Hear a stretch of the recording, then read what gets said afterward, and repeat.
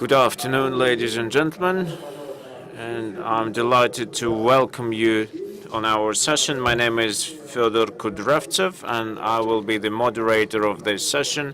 I'm the head of the laboratory of city building department and also the head of the architectural bureau.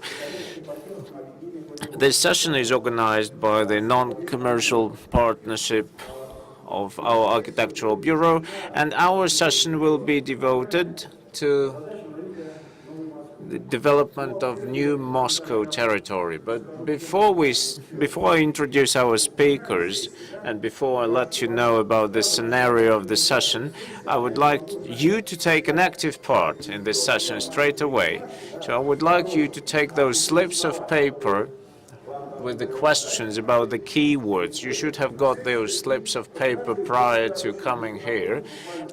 Please take a couple of minutes to fill in these slips of paper, fill in these forms. It should not take you longer than 2 or 3 minutes.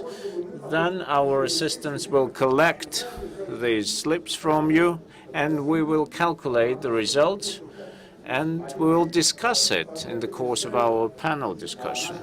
And now let me introduce our speakers to you. We'll have 4 presentations today, and the presentations will be made by Vladimir Zhitkin, the head of department responsible for development of new territories of Moscow.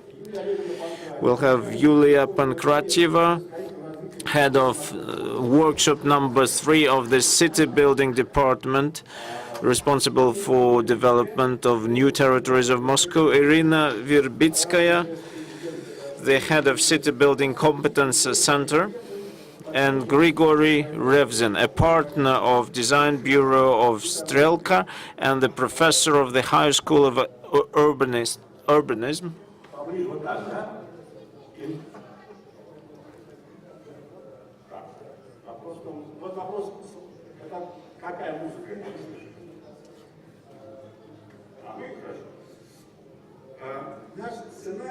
So the scenario of our session is as follows. We will have 3 presentations, then we will discuss the results, and then we'll have another presentation, 1 more, and then 1 more discussion. In the course of this discussion, you will have a chance to ask questions. We have a panel of experts who will take part in our discussion, like François de Coster, a partner of NOC from France. We'll have Evgeny Mulinets, the head of the Architectural Council of the City of Moscow, and also Alina Bisimbaeva, the deputy head of Transportation Department of the City of Moscow. Also, we'll have another member of our panel discussion. He is running slightly late, but I hope that he's coming, Alexander Timokhov, the deputy chairman of the Committee of City Building of the City of Moscow. Also, we have foreign speakers like Uma Adusumili, the head of Metropolitan Development of Mumbai, and Giovanni Caudo, the chief planner for the city of Rome.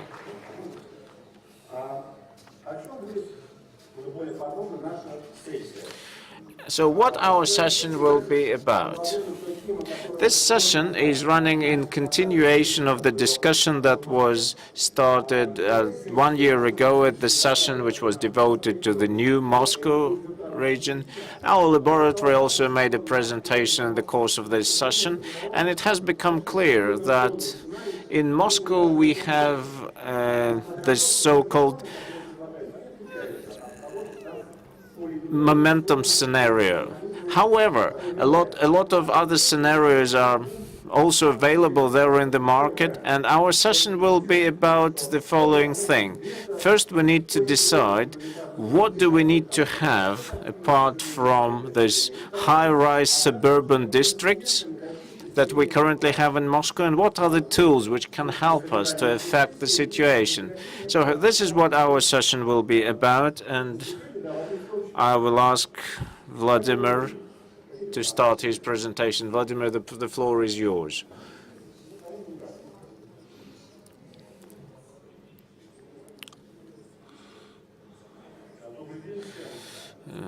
Ladies and gentlemen, welcome to this session. So my presentation will be pretty brief so that there will be some room for discussion. So it will be quite an unusual scenario. Normally you have just the presentation and no time for questions. So the territory of the new Moscow at the point of transfer under responsibility of the city of Moscow was 145,000 hectares with 235,000 people living there. At that point in time, it had 84,000 jobs. And we have already worked out the plan to make sure that by 2035 there will be 1.5 million people living there, and we will create up to 1 million new jobs. This is slightly more than the amount of the labor-capable population, but we would like also to involve into these jobs some people who are currently living at the present-day Moscow. And yesterday at the plenary meeting, we had presentations delivered by mayors of Moscow, and the key idea of all the presentations, the key message of all heads of big cities, they highlighted the need to create the comfortable environment for people to live in, and each presentation featured the same idea. That was the key statement delivered by them, and we believe that when we develop the new Moscow, making sure that it is comfortable is our key task. But what does comfortable mean to us? The comfortable environment includes high-quality social environment. It includes development in blocks which have well-developed courtyards. It includes all possible services, and it includes diversity of architectural types: low-rise building, high-rise buildings. It means jobs within the walking distance from the place where you live, and so modern social infrastructure. This is what we are trying to create when we work on building these points of growth in the new Moscow region. So the question here is whether this new territory has potential and whether this territory fits these parameters. Whether it is capable, whether it fits the project of creating this comfortable environment there. In our estimate, the potential is there, and the territory per se is twice as big as the historic part of Moscow, and at the same time, half of this territory is the protected environment. The territory is not widely developed. It has around 4,000 hectares of territory which has yet to be developed, and we are planning to develop it within the framework of integrated projects and standalone development initiatives, and that will help to achieve all the objectives which I previously highlighted. Here on this slide we can see the so-called points of growth, and we are trying to preserve, we're trying to adhere to our main principle. This is polycentric development of the territory, the development that has to be harmonized, development that should be aligned with the development of historic part of Moscow, taking into account the transportational restrictions. And the new territories will be the places for these new points of growth. And here on this slide you can see how the new territory will be integrated into the territory of existing Moscow. So it is really important to ensure the connection of new Moscow and the, well, let's say, old Moscow. There will be vertical and lateral transportation lines, and we are planning to create them. Here on this slide, you can see the available options in terms of development of the new territories. In line with the first scenario, we can have the high-rise buildings, and this is what it is going to look like. This is the picture of a business center, and we have already designed the development project. On the second picture, we can see the development project for the major part of the territory, and on the third picture features the low-rise development, and there you can have townhouses or buildings, individually planned buildings and individually designed buildings. So 25 or 30% of the territory can be developed in line with this concept. Here on this slide you can see the transportation infrastructure, and in New Moscow we now have built up to 600 kilometers of new roads. We are planning to build a similar amount by 2030. And existing roads will be renovated, so 2-lane roads will be converted into 4-lane roads, and 4-lane roads into 6-lane roads, and this will help us to provide proper connection between these points of growth. But the roads are not the only transportation option which we have in mind. We will also be developing tram lines and subway lines, and taken all together, all these transportation lines will be integrated into the transportation system of New Moscow. On this slide you can see the engineering plan of development for the territory, but we will not talk about it in detail at the moment. The key idea here is the fact that all the necessary communication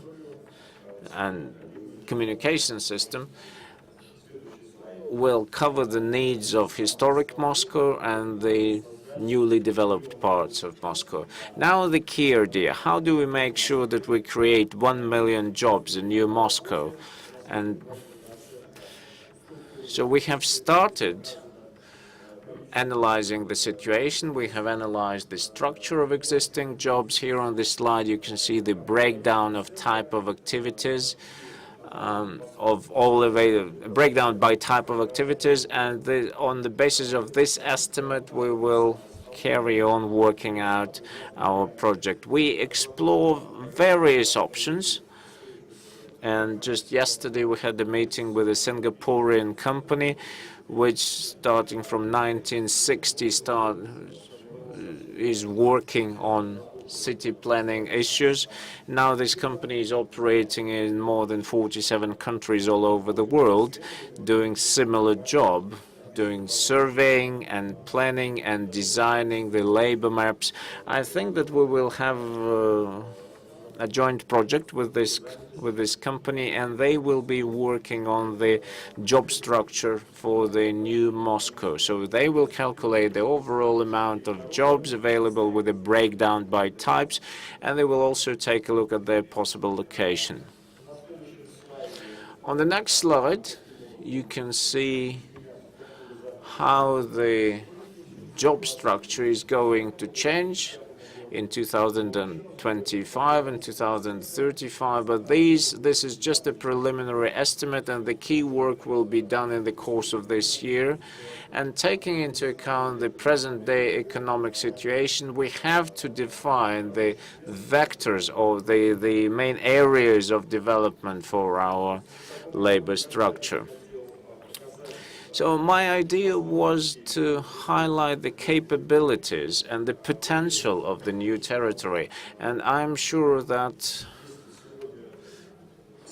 today we are in a position to build a very livable and very comfortable city where people would be living and would be working, and there will be no need to travel from the new Moscow to the historic Moscow. And we also want to preserve the environmental structure of this area and the environmental situation there. So we are aspiring to build these small towns, small points of growth, in which will have very comfortable conditions to live in. Thank you, Vladimir. Do you have any clarification questions? I think we can take a couple of questions.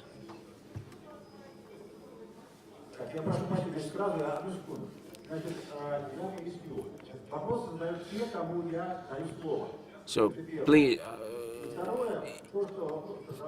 make sure that your questions are brief, and I'll give you the floor. Will you please sit down for now?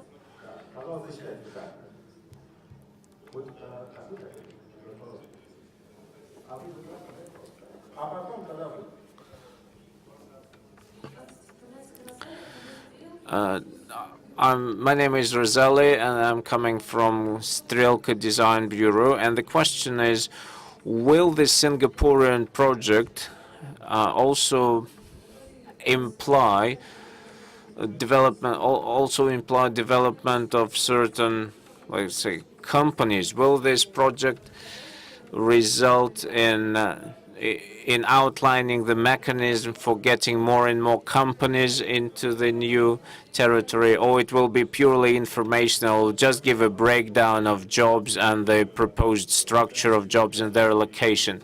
In line with the project, we will get the preliminary location for the jobs, and we will also get the scenario for bringing this forward.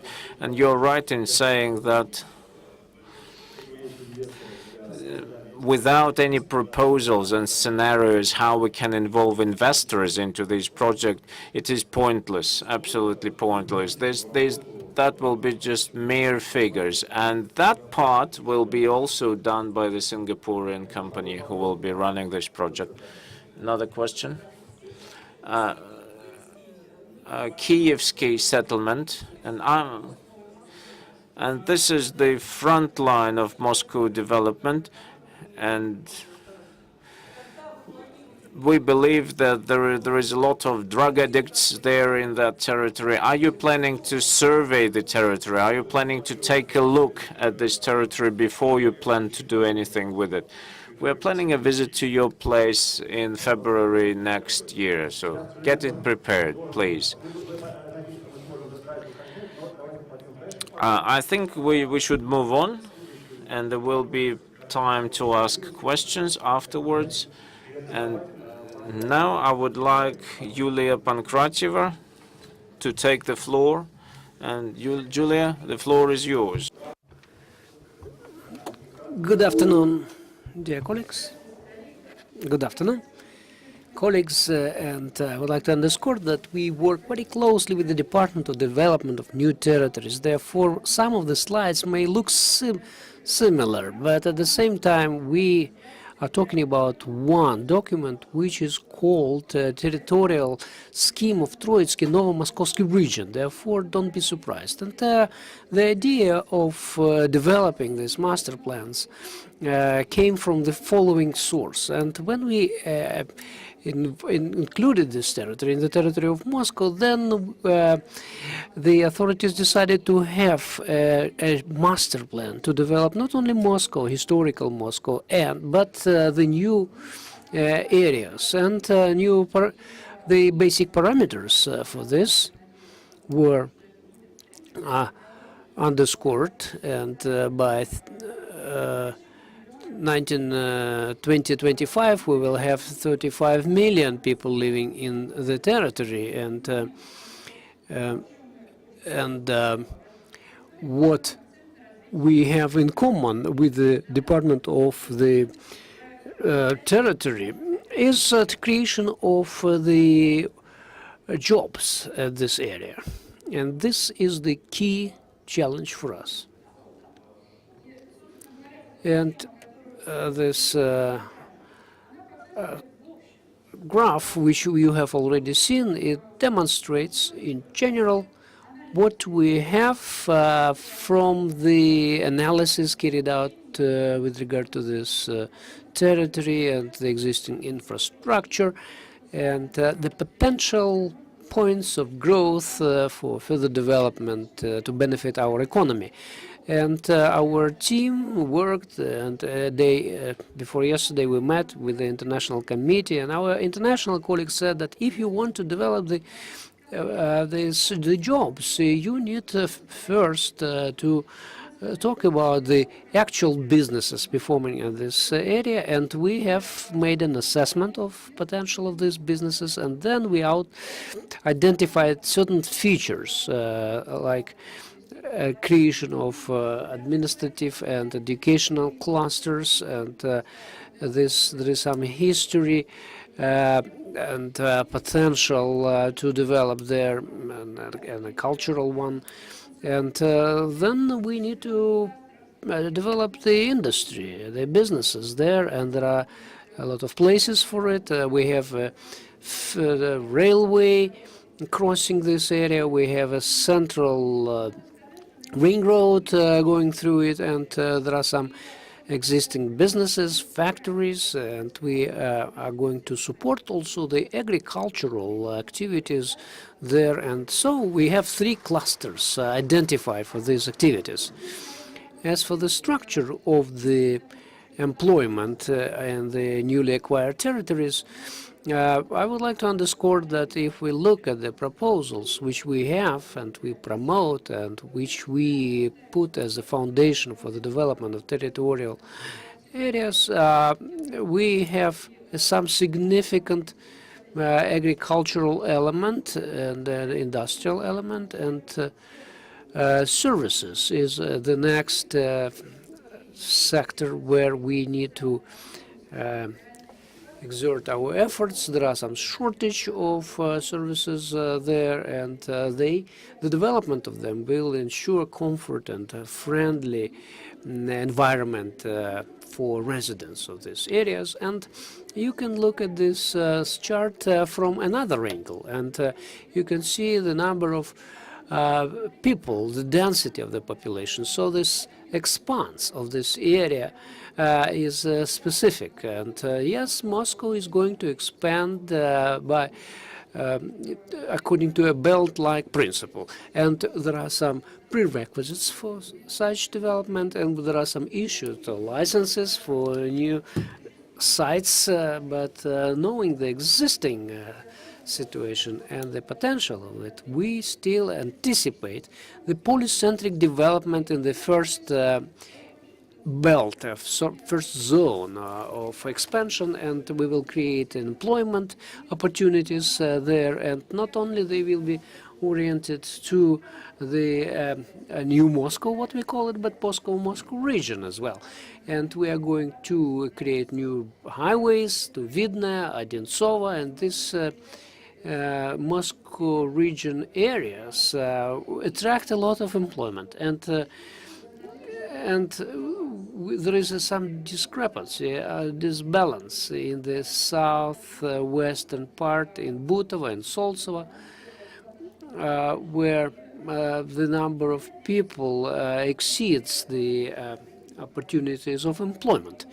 And therefore, we believe that once we make these urbanization centers denser in this area, then we will provide more jobs for people. As for this is my transportation scheme. Several elements were already mentioned there, but as we discuss it with our colleagues from expert committee, without proper infrastructure, we cannot easily create these jobs. Therefore, we believe that there will be some 600 transportation and other corridors until the year 2035, and it's long-term strategy for us, and we are going to start it now. And when we talk about 600 kilometers, more than doubling the existing length of roads, we at the same time will be improving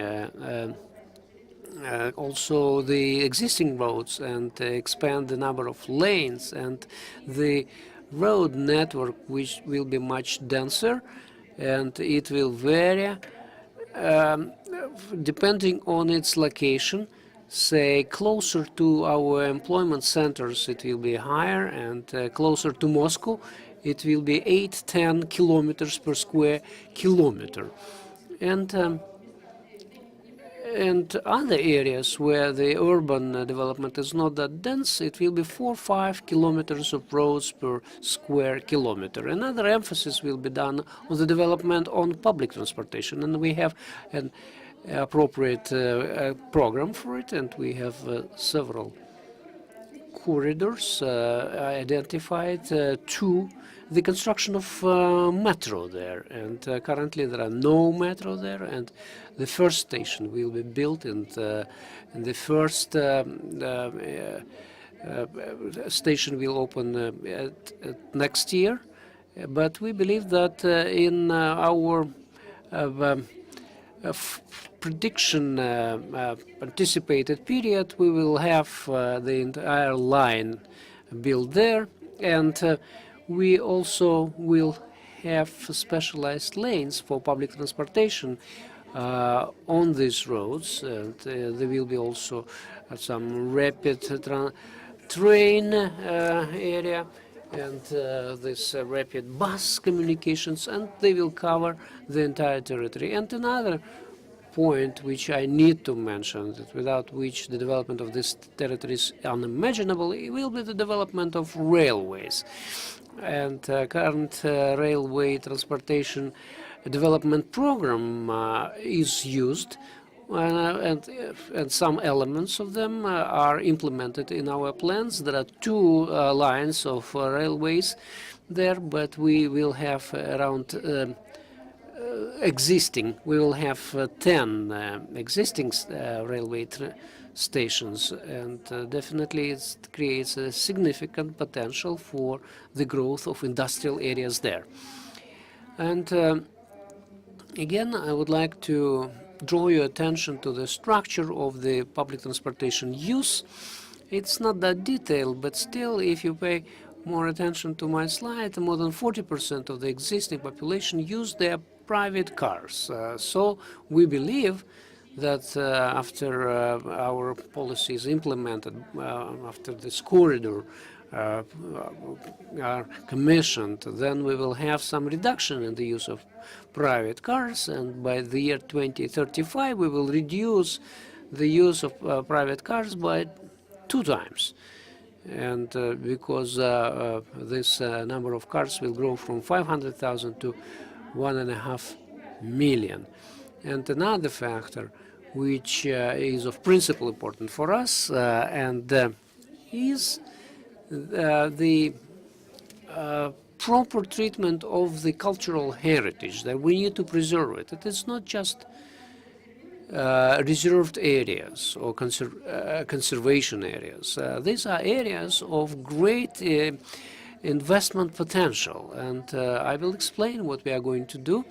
Our current program actually envisages the creation of about 90 parks and several mega parks, those which will also cover the cultural heritage sites and the woods in the area. And I believe that this diversity of urban construction, which we spoke about, need to be highlighted on the slide, and this new atmosphere will be the key for comfort life in these territories. And I believe this puts an end to my presentation. Yulia, many thanks.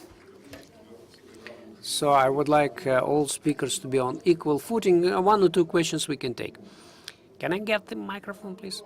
I can just shout if you want.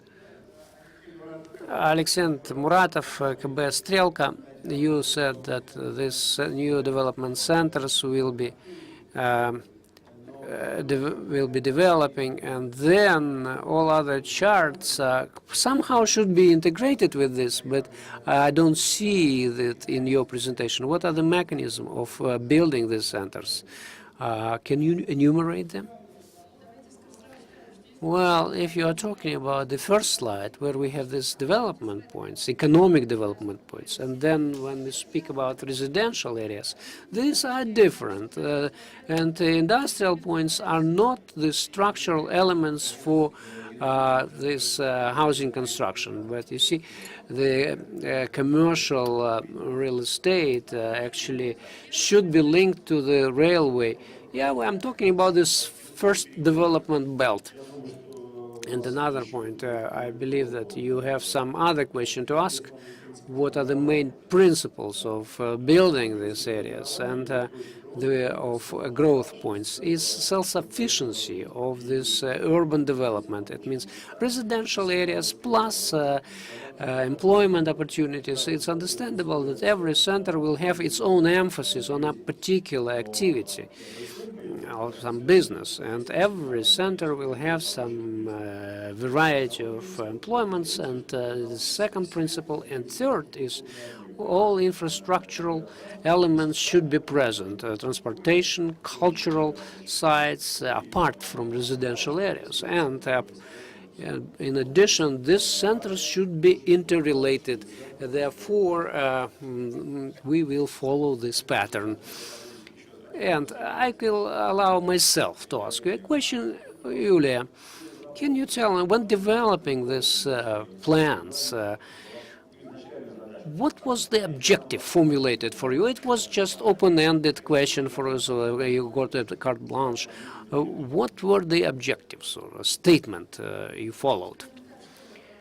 Well, there were no some clear directives given to us, and I believe that this is the project design institute was involved, and it was us to formulate these areas of. Therefore, we are not working alone. We work jointly with the departments of the Moscow government, and it was a collegial effort. So was it kind of a research for you, or experiments with this open outcome? Yeah, we can call it so.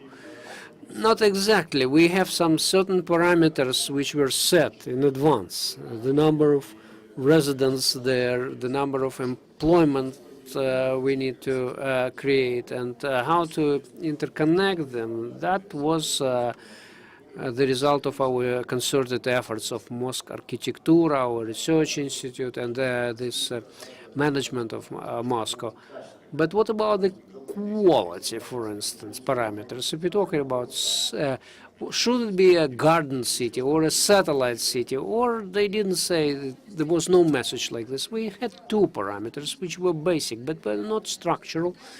It's just numerical values, number of working places, a number of residents. And then proceeding from the territory potential, we formulated this polycentric structure, because for us, we believe it is the optimal one. So you came the best deployment of this particular social and economic sites, right? Yeah, and we also took into account international experience of development of large megalo cities and the major trends in developing of the cities. And so we did not only what the Moscow experience was telling us, but we also wanted to use the best practices, and there were some contest with this regard. I see that some other people want to ask questions, but you will have a chance to ask a question later. I apologize. And let's continue, and it is another very substantiated report by Mr. Revzin, who will speak about the research or study of New Moscow, which actually embraces different issues. And what I'm interested in was the dream about New Moscow, among other things. Thank you. Thank you very much. But I just need to warn you that you will not get any information about the point of interest for you. And we are actually very grateful to this Moscow Urban Forum for the opportunity to do the research, but the research has to be done in the course of 1 year, and we have to present this dream of a new Moscow only next year at the Urban Forum.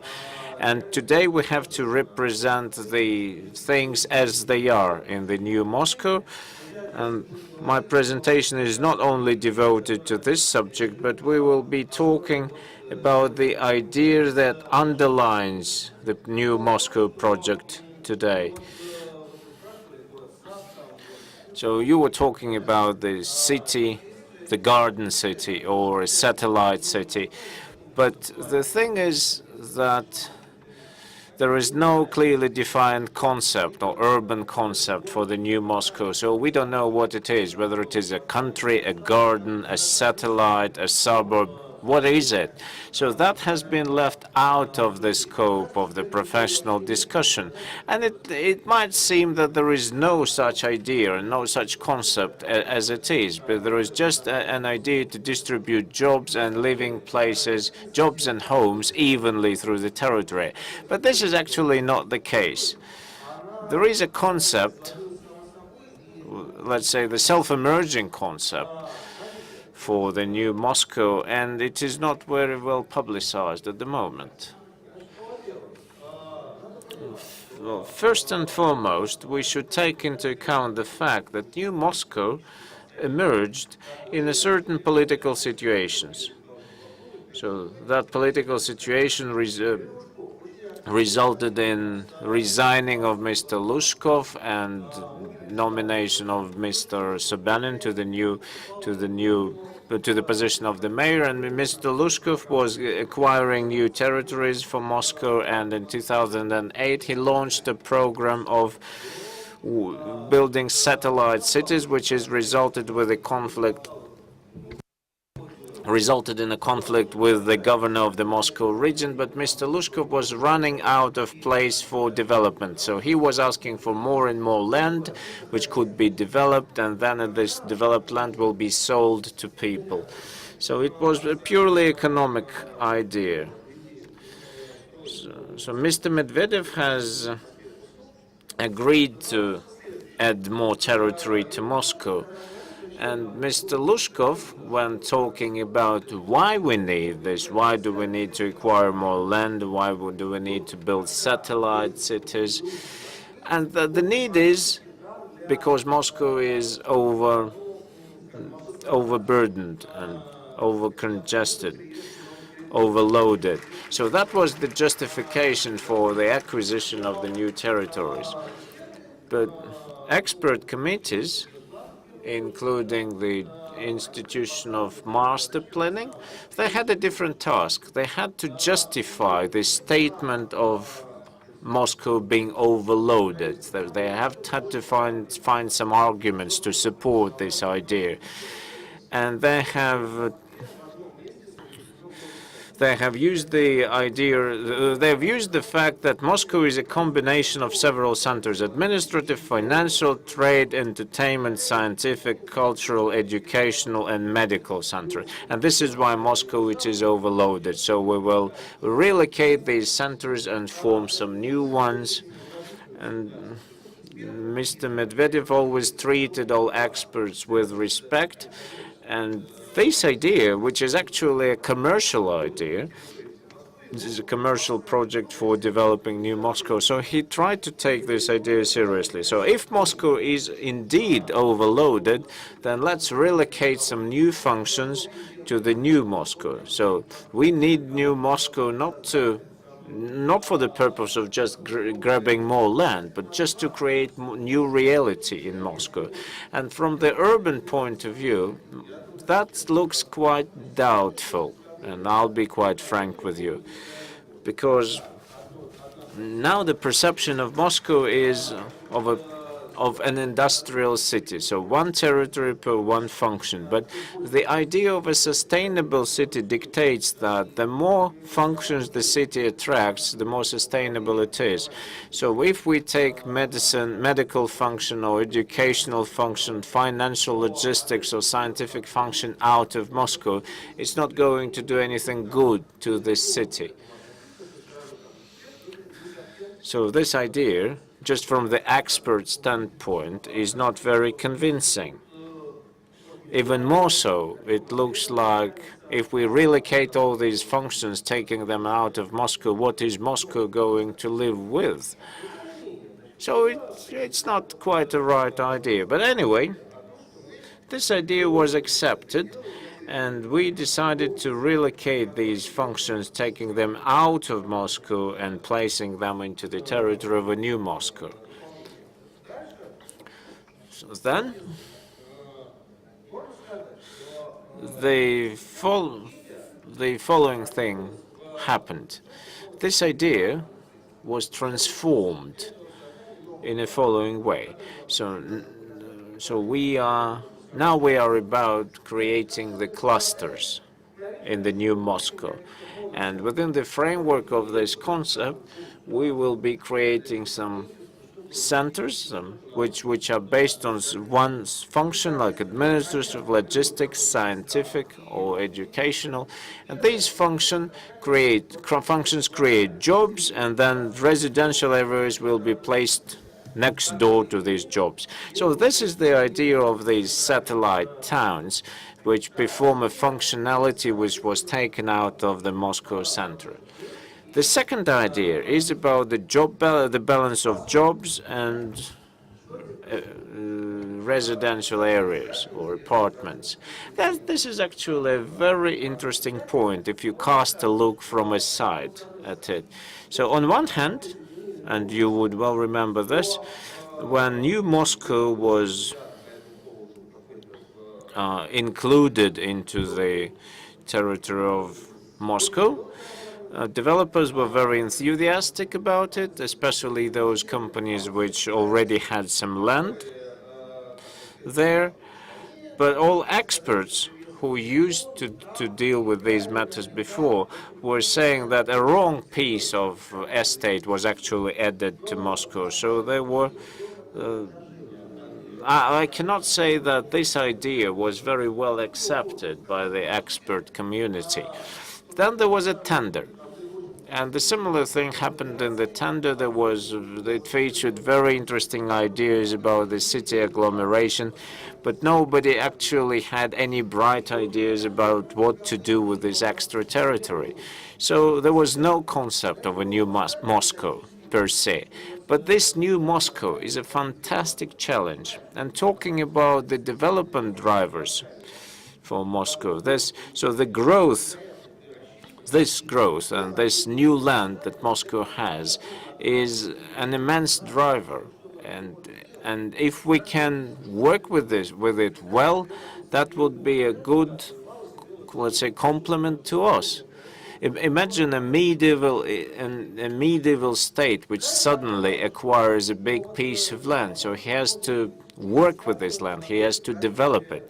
So we are in a similar situation, but nobody has actually come up with a well-structured idea, or with a concept for development of this territory.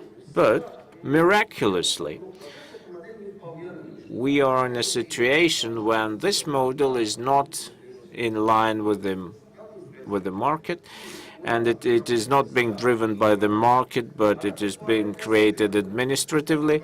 So it is violating market principles. It means it implies planning on a different basis, on an administrative basis. So what is it about? It is about an industrial city. And we can say that Moscow region was developed in the industrial period of Moscow history, 1950s or 1960s. So a lot of satellite towns were created, and there was the time when Moscow was spawning different industrial functions like aerospace manufacturing and machine building. So it spawned it out, and that was the time when the satellite cities emerged. Now we have the post-industrial functions in the city like logistics, education, administrative management, and these functions are now being taken out of Moscow and placed into these satellite cities. And here on the chart you can see the logic underlying this transformation. One part of the slide is about the industrial development, and we are trying to use the same methods in post-industrial times. And another idea is attaining balance between jobs and the residential areas. So in the industrial civilization, that's quite straightforward. In order to start operating a plant, you need to build some homes for the workers of the plant. Now we are in a different situation. When we go through the feasibility study, we first say that we build homes first, and then we create jobs. I wouldn't say that this is a wicked model, but I would say that it is not being driven by the market principles.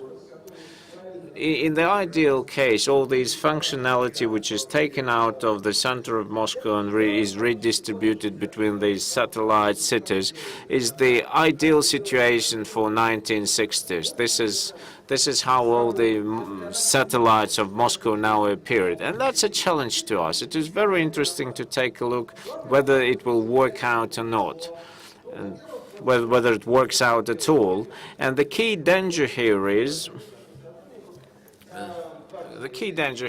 as follows. It is whether these jobs can ensure enough income for these apartments to be purchased. So there is a point in calculating that. And yes, it is a little bit of an artificial calculation, because we operate with average figures, like averaged incomes, and we're only planning to see 1 million jobs created here. First, our calculation did not yield any positive results. So, only 1% of the Russian population is capable of getting the mortgage loan to buy an apartment. So we done the same calculation for the new Moscow territory, and after clarifying the calculations, and we actually saw a positive picture. 25% in the optimistic scenario would be capable of getting a mortgage loan and purchasing an apartment. This is the situation which is unseen anywhere in Russia. So this logic works in a way. It works to a certain extent, but this is not the overall income. These are the wages. But the key danger here is, I think, this monofunctionalities. And Ben, you know what the key problem of this of satellite cities is about. The satellite cities sometimes are competing with the mother towns, because the mother city, if it has the same functionality as the satellite city, will gradually kill the satellite city, simply because more people will go to work in the major city rather than remain in the satellite city. So the key recommendation here would be to get away from the satellite city idea. So get away from this concept and rather use the polycentric concept. And here we can see that life and actual market situation is overriding what has been planned. Now we can see medical clusters being created in the Kommunarsky area, and there are some administrative jobs there. And in terms of the average wages, in Kommunarka is even higher than Moscow on average. So it's an excellent situation. But we also have a dream. We also have a dream what this city should look like. And that should be a very balanced territory. The territory with balance between jobs and residential areas and social areas. One thing that I would like to point out, we have to get closer to this ideal situation, as Grigory mentioned about. So let's preliminary draw a line under what has been said here. So on one hand, this ideal situation is really important. If you don't have any aspirations, you can't plan anything. So we have this industrial ideal, but probably Vladimir and Julia will object to the use of this term, or probably we are taking some functionalities out of the city, and there is a certain point in doing it. But jobs, are the jobs being taken out of Moscow, just relocated, or are the new jobs being created? Well, mostly it is about creating new jobs, and Moscow is growing from year to year. And had this territory not been given to Moscow, then Moscow would still be growing. And so we're not talking about the relocation of jobs. It is indeed creation of new jobs. And as far as these mono-cities are concerned, yes, Zelenograd is detached from Moscow, well, historically, and it is a mono-city. But here we see quite homogeneous environment. Yes, it has its certain points of concentration, but that environment is still quite homogeneous. So there will be new jobs, yes. But another thing is this. It is being developed on the basis of the market model, right? And based on our situation and based on our data, it will be high-rise residential development, right? Which will be enough for around 10 years. And are we going to change the situation to convert the quantity into quality, or we will let this thing evolve on its own and we will be just adding jobs and infrastructure to it? Well, there are two things here. The first thing is it has been built already, so we should take it as it is, and we have to improve the social infrastructure and create proper city environment in the existing territories. Another element of that is diversification, and we do have the territories which are regarded as reserved territories and at which we are unable to develop under the high-rise development scenario. So also we've got to take into account that only 1/6 part of Moscow is fully developed at the moment if we talk about our targets and objectives for 2035. So the developed areas will be, let's say, diluted by the newly developed areas. So there will be a lot more, five-fold more territory, but not of the same profile, though. So this is what we see, at least. So if we talk about the optimistic scenario, then we have an economic program which is focused on creating jobs, and this new Moscow project is a kind of a pilot project that is aspiring to create environment of a new quality and uncover new principles of development.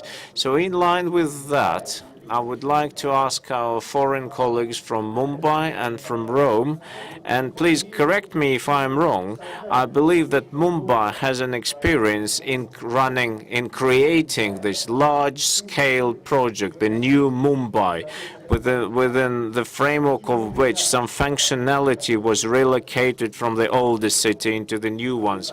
So what did you try to achieve with the help of this? And, well, I think let's start with Mumbai first.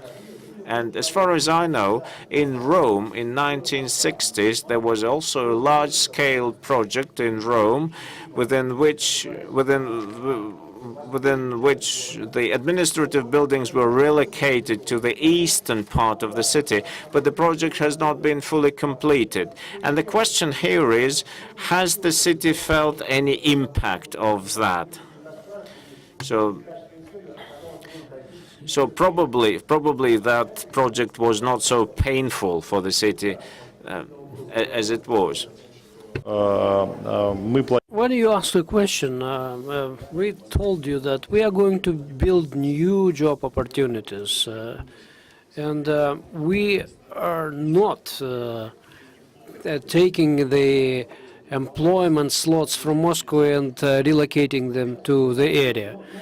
And yes, we create new jobs, and then we also would like to create a balance between those demands. But will be any new economic sectors be developing there? It will be. So let's talk about Mumbai's experience and what kind of new qualities you've got. Can you tell us about this?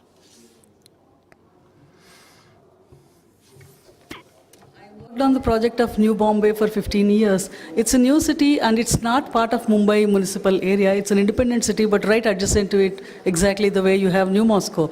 But the most important thing that happened and that worked in the context of New Mumbai is the most land intensive but employment generating activities are actually shifted to New Mumbai, and today, after 2 decades, they are completely working in a new planned environment, and the economic benefits of this activity is taken advantage by both territories.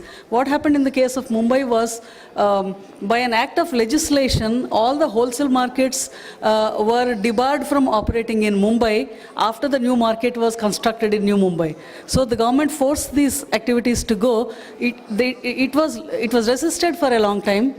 People went eventually, and they regretted for the first 5 years, and that is history now. In the last 20 years, they are more than happy, and now they actually wonder what were they doing in Mumbai in the past, in such congested area. The second thing that happened was construction of new offices and new industries in Mumbai was in the central part of Mumbai. For us, center of Mumbai is south of Mumbai. That was where the spirit of Mumbai lied, in the island of Mumbai. That was again discontinued, disallowed for a long time. So all the office sector job creation had to happen in New Bombay, and the industrialization had to happen in New Bombay. It's not that existing offices and existing industries were closed, but new creation was stopped for 10 years after New Bombay was created, and therefore new central business district developed in New Bombay, and industrialization in New Bombay became one of the largest in Asia thereafter. And similarly, a new port was created in New Bombay as a competitor to Mumbai port, and that became the most modern port of India today. And so jobs in the sector, in the market sector, trade sector, then industrial sector and port, and today, now New Bombay is 40 years old. Now the new international airport is being built in New Bombay. It just began. It is going to take another 5 years. So that's going to be sitting in a very sprawling area. Actually, the environmental advantages of shifting to New Bombay are understood by the business houses. And what happened with the space that is vacated in Mumbai is actually Mumbai is to turn itself around on its own basic strengths of becoming an international finance and business center. So Mumbai's economy grew much faster after actually allowing some of its land-intensive activities to shift. And New Bombay could attract talent. It became the IT hub of the whole province today. It became the office sector job center, and it became an industrial center. I think it worked in a very complementary manner, and there was no grudging of this shifting of activities at any point of time. Both cities understood the advantages of pull and push both. Thank you. Thank you very much. I'll ask them to speak. Giovanni, please. Thank you so much for your question. Thank you so much also for inviting Roman this very particular situation, and also very interesting. The SDO, the SDO, Sistema Direzionale Orientale in Italian, is a very old project. The main issues of this project is to move all the office of the capital function for the state, minister, etc., to move in the east of the city, but just inside of the city, inside of the highway ring. It's very different if you compare this project at the New Moscow. The territory of Rome is 151,000 hectares.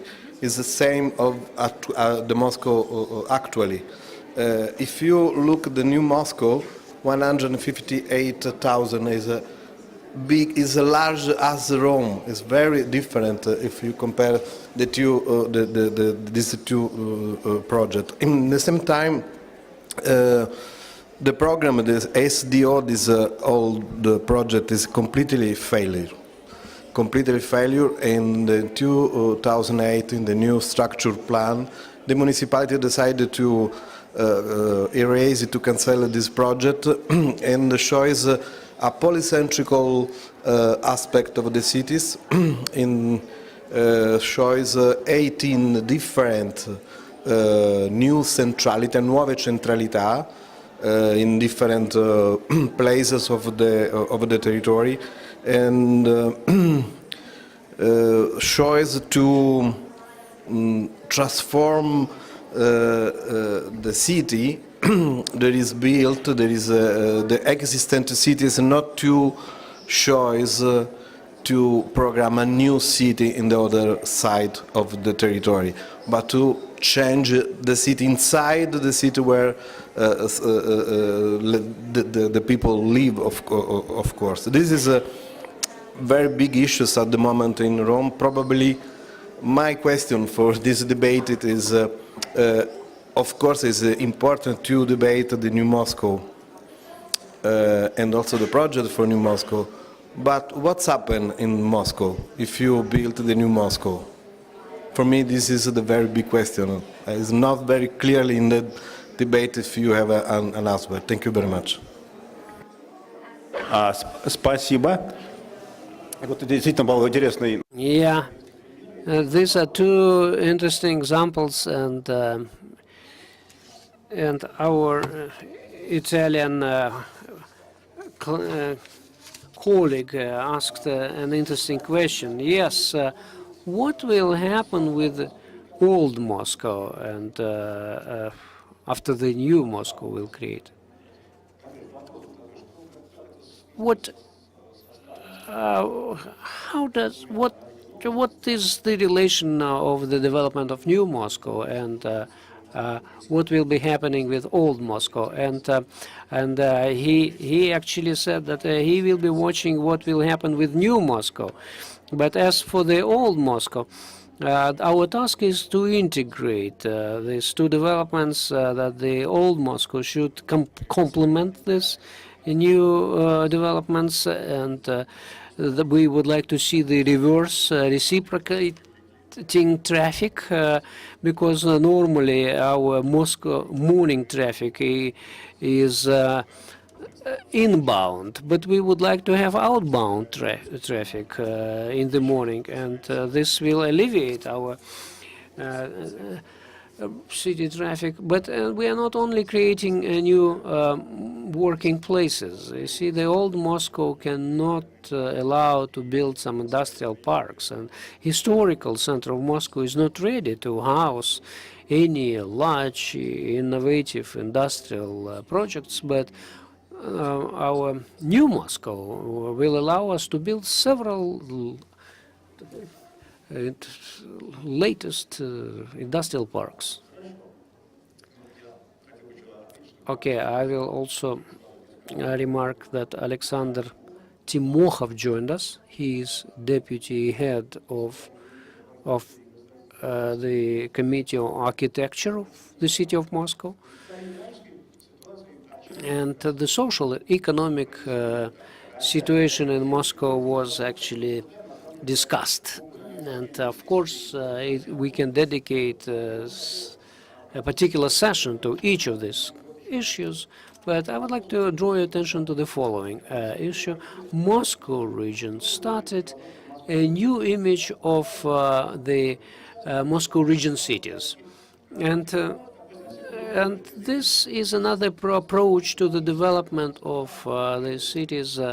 We are not talking about social and economic factors, but the perception of the residents of the town they live in. And the situation is different, and this angle is a particular one. But still, what is the image of Moscow region cities?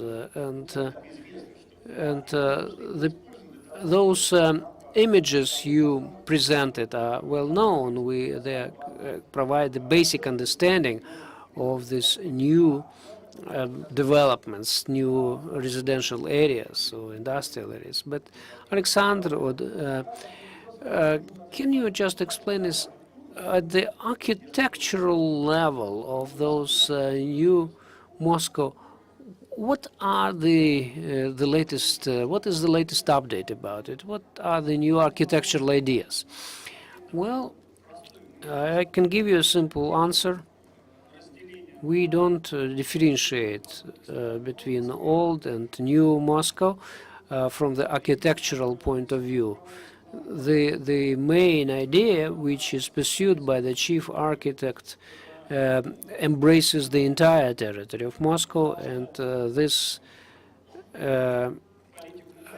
strategy is the extension of the mere idea of building a city comfortable for life. And our requirements to architectural solutions is most delicate attitude to people and creating comfortable living spaces and public areas. And we would like to see modernistic new style architecture. And what differs New Moscow is that in Moscow we have very old buildings, historical buildings, and any new construction sites should be actually in harmony with those. And we try to stick to these principles for a number of years, but the principles remain the same. And in the territory of New Moscow, we face some new objectives, and due to the organization of these spaces and this vast spaces and fields and grooves and cottages, this is what we have to reckon with. And this kind of approaches and strategies are being perfected. We are looking for ways to preserve those individual residential spaces, these villages, urban villages, and how to make them a part of a civilized large city. And this is an interesting challenge. I hope we will succeed in it, and our practices will be positively assessed later by everybody. Okay, can we speak into the microphone, please? Good afternoon. Just in a few words, I would like to add to what Alexander Grigorievich stipulated. We have a very important topic there, modernization of residential housing, and this is the challenge which occurred when we started addressing the architectural aspects of development of new territories. And we joined the existing Moscow team in architecture, and because there was a previous master plan, and then there was we formulated the solutions for the industrial construction. And then we came to the principle of residential construction, and the paramount of them is the comfortable residential environment, and therefore we have already a new department at Moscow Architectural Department, and we discuss it at our council on the 17th of December. We will have a meeting of architectural board, and we will examine a number of proposals which might be then launched into serial production. I'm talking about this residential buildings, and this determined this is determined by the existing industrial capacity, and the serious construction can speed up the residential construction, but still we would like to see these buildings versatile, and therefore this is one of the areas of our efforts, and we invite you to see the models of future residential areas.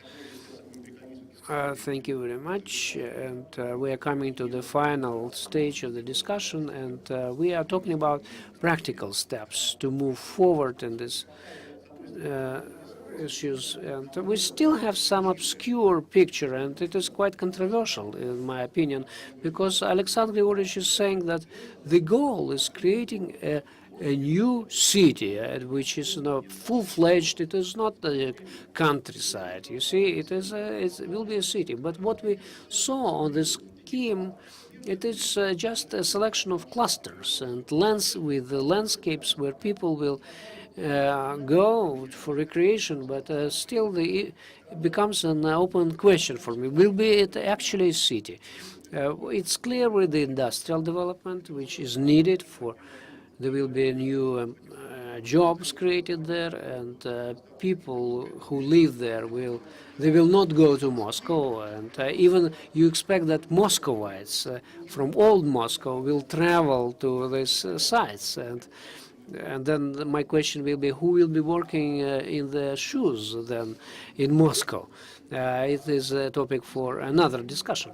But on the one hand, it's good that we have still vistas for experiment, and we have a new image, and for everything, new opportunities for experiment, what Grigory Aksakowicz was talking about.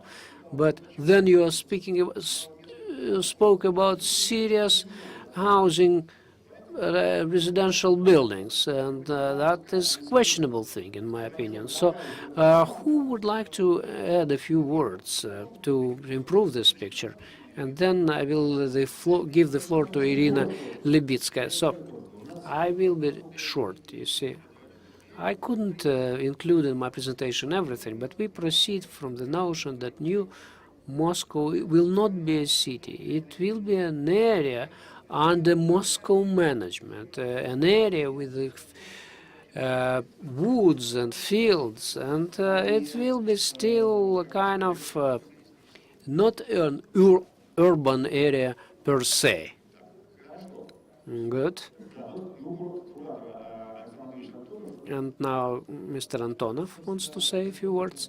He is supervising this, and I actually have several projects in Moscow region, and the Moscow region is also creating new jobs, because the deficit of around 2 million compared to the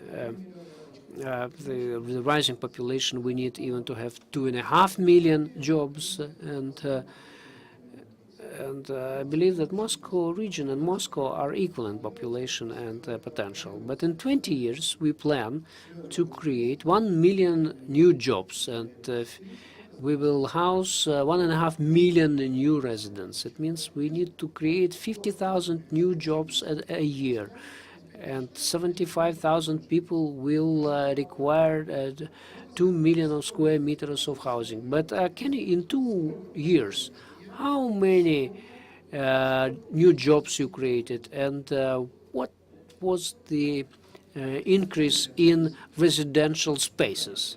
Can you tell us about these trends? Well, officially, in New Moscow, we have 280,000 people. And if you take into account all this temporary living people, there will be like 300. So we have some addition of 40,000 people who were registered there. Some of them received new apartments, and we a year built 2 million square meters of new residential spaces.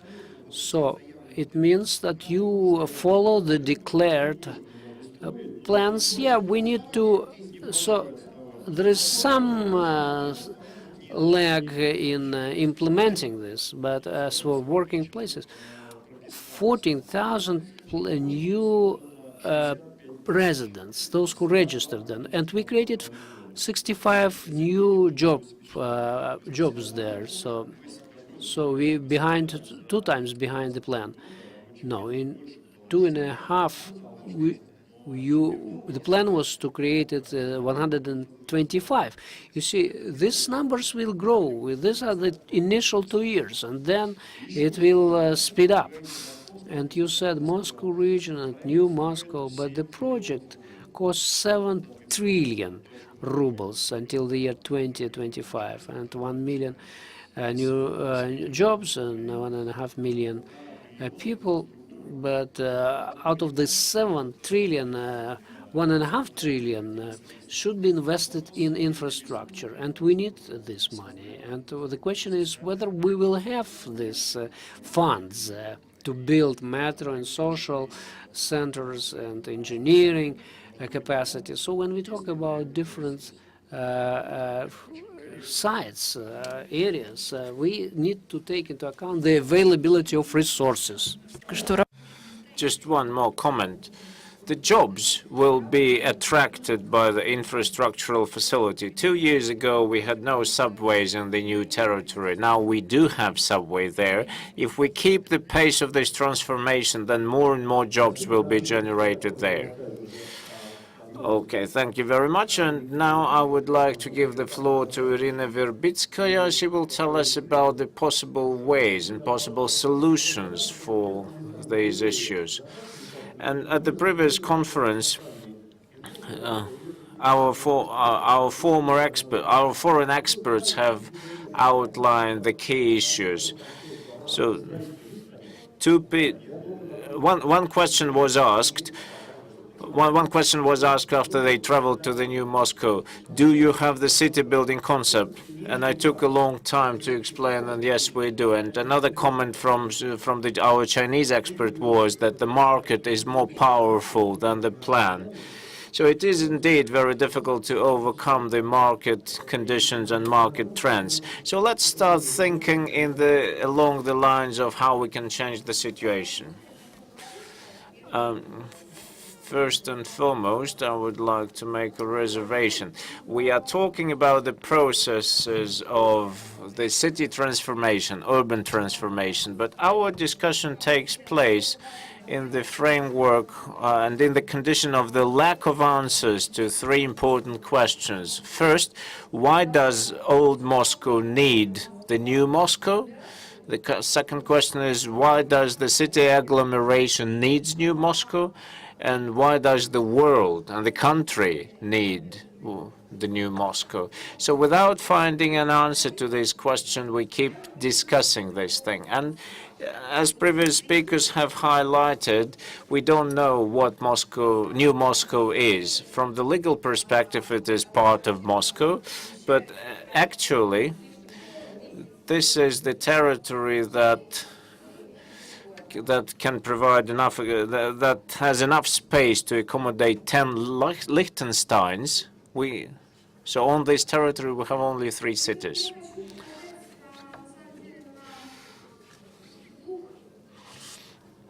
So, and I just would like to show you 2 different types of land, 2 different territories. And we will take a look at what can be done with these territories, like, for example, Kievsky settlement. One question was asked about it today. In winter, there is 12,000 people living there, and in summer it increases up to 16,000. Vatutinki, just 12,000 people, and in the near future we expect this number to grow up to 52,000 because there is a new district being constructed there. So where do we start this urban transformation from? Where should we launch these processes? And the reason I'm choosing these 2 settlements is as follows. We have spent quite a lot of time on working with certain settlements in the new Moscow, but these settlements are really, this choice is quite telling. So this is not cities, these are not villages, these are just settlements. And in these settlements, there is nothing else but some residential buildings and several bus stops. Kievsky also has a railway station, but there is no cafes there, there are no proper stores there, no shops, and there is no public space as well-defined urban space. So you can hardly define the type of this settlement. It's not a town, it's not a village. So how do we start transformation in these places? We could have started it from the culture centers, and our Department of Culture is focusing its activities now on the centers of culture, and indeed these centers of culture are a very good launching point for the city transformation. And we believe that we should view these cultural centers not in the framework of the old Soviet paradigm as a structure which is focused on some community activities, but this can be the organization which starts the city's transformation. And I just wanted to show you this new Vatutinki, and here you can see the 500-meter distance and 2-kilometer distance from this cultural center. As you can see, the coverage is quite good. One is 500 meters is the walking distance, and the 2 kilometers is the biking distance, let's say. So this is an empty space. You can hardly call it a well-developed public space, and it is only available in Troitskoye, nowhere else. And it is clear that if we adhere to this idea, and if this is the way we use our cultural centers, then we cannot carry on developing it in the paradigm of the renovation or capital reconstruction, or we can't even build new centers simply because we don't know the answer to the question where we're going. So what do we do? So in order to transform this cultural center into the operator which will be driving the urban change, so we've got to expand the urban environment to there. So on one hand, on the basis of this cultural center, we will have the operator for this transformation, and also we have an analytical center. And the project, officially, this project is called the Project for Renovation of Vatutinki Cultural Center. So it's easy to renovate a facility. That's pretty straightforward. But what do we then use this facility for? How do we accommodate those things which cannot be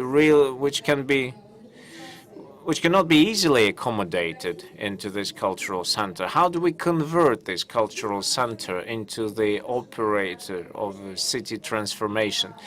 So here on the map you can see the points which in the city which you can, well, conditionally call public spaces. There are no cafes there, by the way, just bus stops and some other territories which can be used like public spaces. So what do? We mark these to. We try to put certain urban objects into those territories, like very simple ones, like benches, for example, which are marked, which bear the brand of the city. Also, we should compensate the lack of the public space. So we should find another space in the city. And in that particular settlement, there are no squares.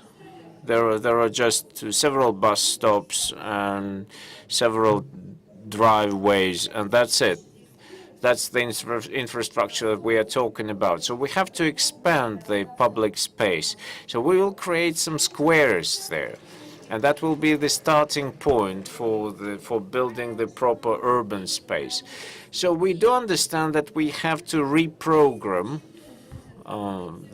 activities of our department.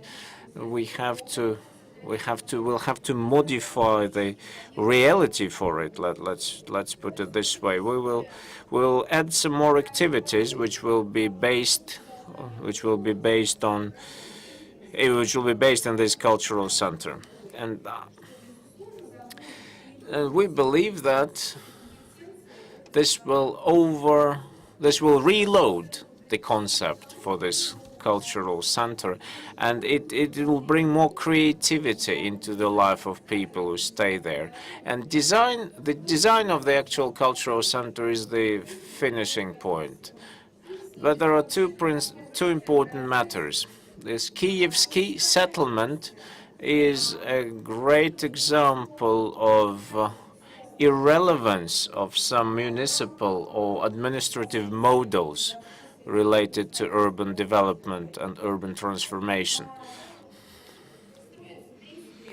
It has been under construction for 30 years, it's still not fully developed, and for 30 years the director has been waiting for it to be completed.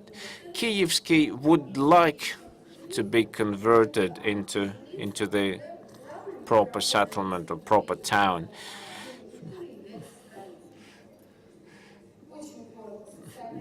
But just very briefly, social exchange in the integrated development of territories. As we can see, our development is following the creation of jobs in certain areas, but talking about intangible resources like organizational resources, they are available everywhere. We just need to find them. So there are resources which can help to create intangible values for the territory. Like a good example is a traditional school. A traditional school has 4 hectares of territory.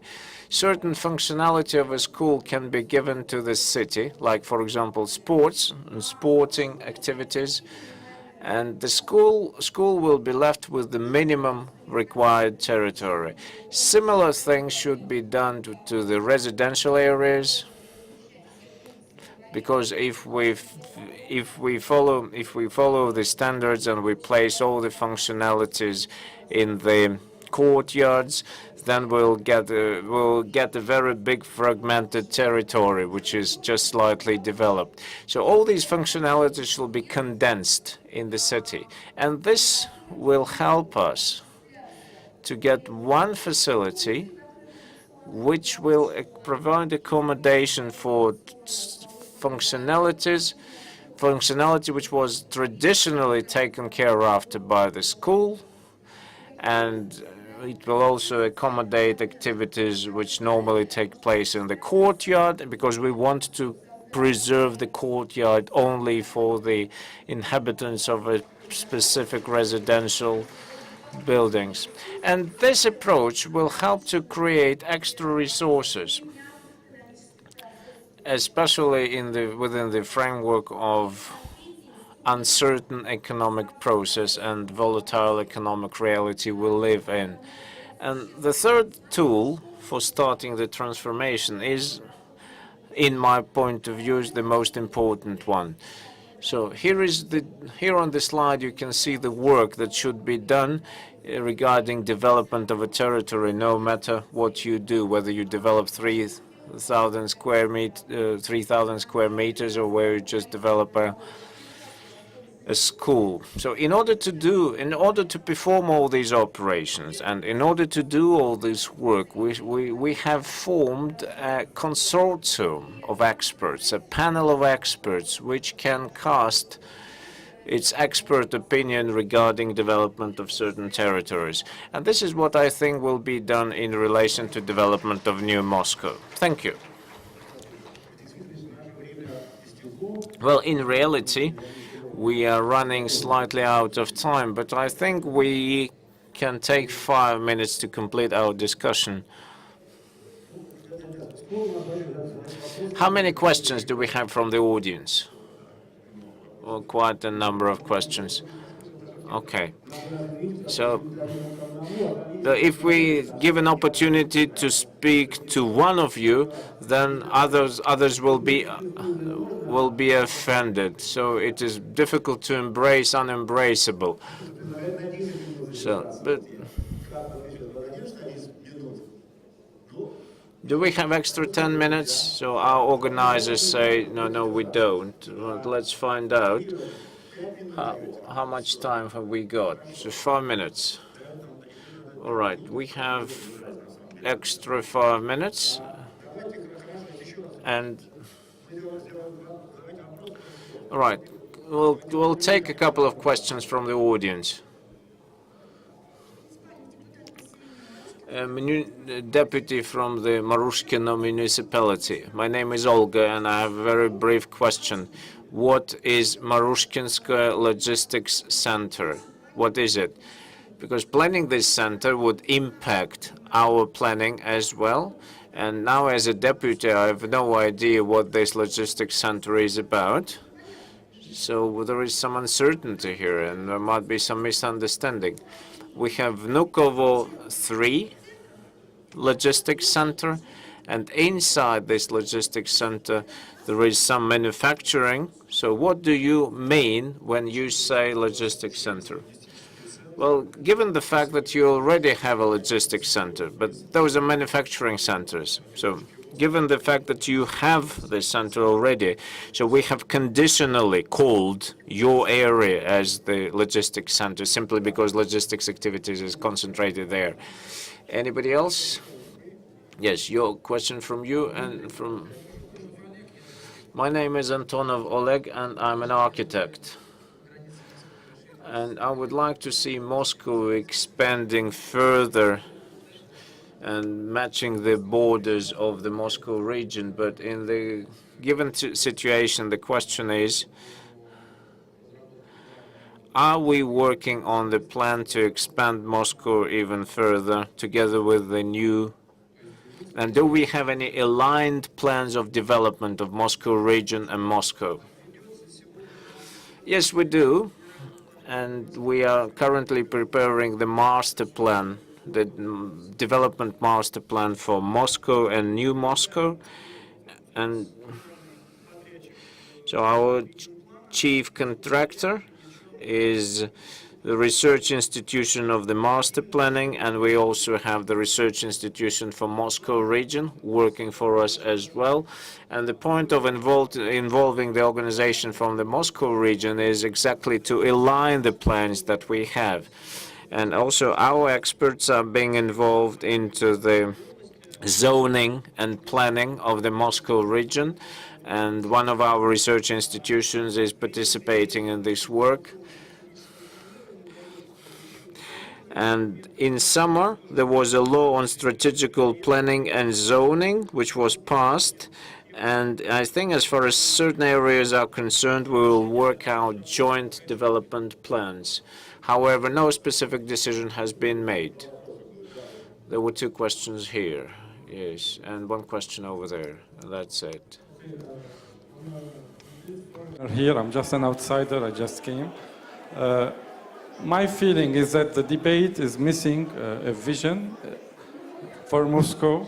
Are you planning to develop it as a global city to match the size of the country, or because the debate is very local actually, in a way, like how to expand the city, but what about the role of Moscow on the global arena? Да, кто хотел бы ответить на глобальную роль Москвы, как она меняет? I think this is the discussion for standalone. This is the question to be discussed in a standalone session. But we believe that development of historic center of Moscow and the development of New Moscow should be done within the framework of one integrated project. But we are talking more about the New Moscow because this discussion is focused on New Moscow. That's it. I just wanted to add one more point. We keep talking about New Moscow, but these are just the territories which were joined to Moscow. So there is no point in viewing them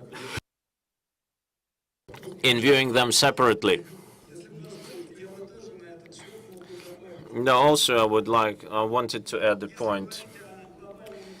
Talking about the global city, then what did we get out of getting this new territory? We had an opportunity to practice the efficient administration of agglomeration. And if we succeed in this project, and if we can develop this land, then this experience will be extrapolated on Moscow agglomeration, and we will have a world-class agglomeration with effectively distributed functionality, with proper number of jobs, and which will be sustainably developing. You have outlined the proposal to take some functionality like sporting activity out of the school responsibility and give it to the city, thus limiting the territory of school. But given the fact that now we will be charged for the land that we use, who will be paying for these territories and who will be upkeeping them?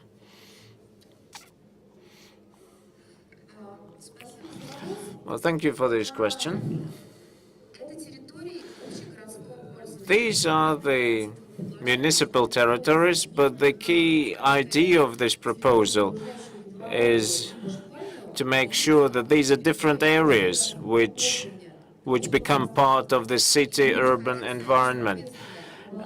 And they will be on the balance, and they will be in the books of a municipality in line with our legislation. And the final question, we have run out of time. The final question. My name is Zaikin Alexander, and I'm an artist and a sculptor. And we keep talking about infrastructure, and infrastructure is being well developed, but somehow we are missing the point of culture and artistic facilities. Let's say I can display my sculptures in European centers, in galleries. I participate in exhibitions and in personal exhibitions. But for some reason, I have a feeling that in a town, I am unable to exhibit my sculptures. I have the opportunity to do this in any city of the world, but when we contact the municipality with the same question, they keep referring to the fact that they don't have the budget and so on. So I'll be interested in getting an answer to this question from the people who are responsible for development of New Moscow. Does anyone want to answer the question? Sorry, we don't have an answer to your question. But I think we can answer this question offline. If you have an answer, please give your answer. If you don't have an answer, then let's not waste time devising this answer. So it looks like we don't have a specific answer to your question. But unfortunately, we have to close this session, and we don't have time to vote. But I'd like to say one thing now. We still have the opportunities, but this ideal situation is very far away from us. We have a lot of approaches, and we're exploring a number of feasibilities, but for now it's difficult to see how it will be done. But I hope it will get more and more clear as time goes by. And we will get closer to the city dream. And the window of opportunity is not closed, but we would like to see it expanding even further. Thank you very much, and good luck. Thank you.